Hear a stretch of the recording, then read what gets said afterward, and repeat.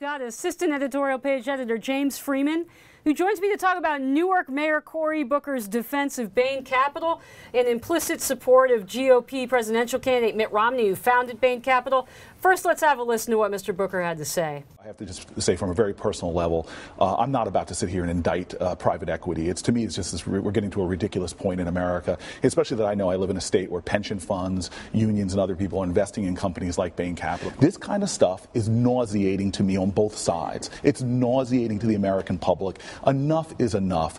Now let's hear what the president had to say today. If your main argument for how to grow the economy is, I knew how to make a lot of money for investors, then you're missing what this job is about. It doesn't mean you weren't good at private equity, but that's not what my job is as president. Okay, so Bain Capital once again in the news, James. Let's talk about Mr. Booker's comments first.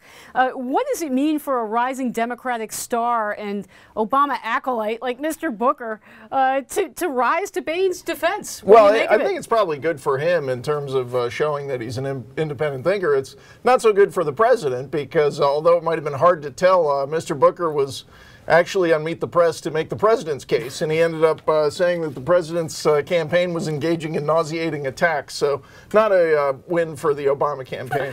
Okay, now you heard Mr. Obama's response.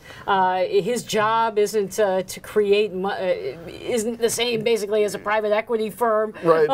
What does this say about his reelection campaign? Does that mean that the president himself is kind of afraid to play to his strengths, or doesn't want to engage in private equity? It's a good question, and you've seen not just Cory Booker, but Steve Ratner, Harold Ford, other Democrat supporters of the president saying maybe attacking capitalism isn't a great strategy. And I think, you know, looking at that Obama clip there, I think a lot of Americans might say, gee, you know, we're in a high unemployment, slow growth economy, and maybe it would be good to have someone who thinks a little bit more about investing and growing wealth. So. Mr. Booker, very briefly, about 20 seconds left.